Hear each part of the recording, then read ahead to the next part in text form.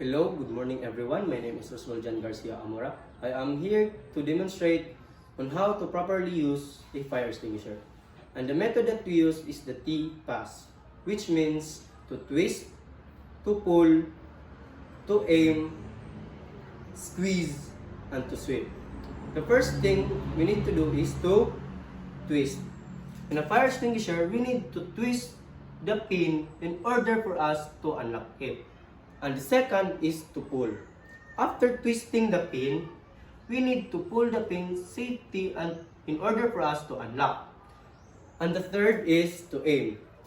In the fire extinguisher, after you twist and pull the pin in order for us to unlock, we need to use the nozzle in order for us to aim. And the third one is the squeeze. After twisting, pulling, aiming, the fourth is to squeeze. In order for us to use the chemicals inside in order to wipe out the fire, we need to squeeze this one and aim the fire. And lastly is to sweep.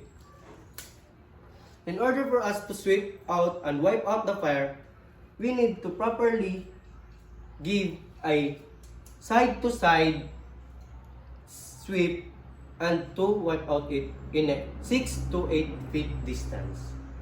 That's all. And that's all for the T-pass.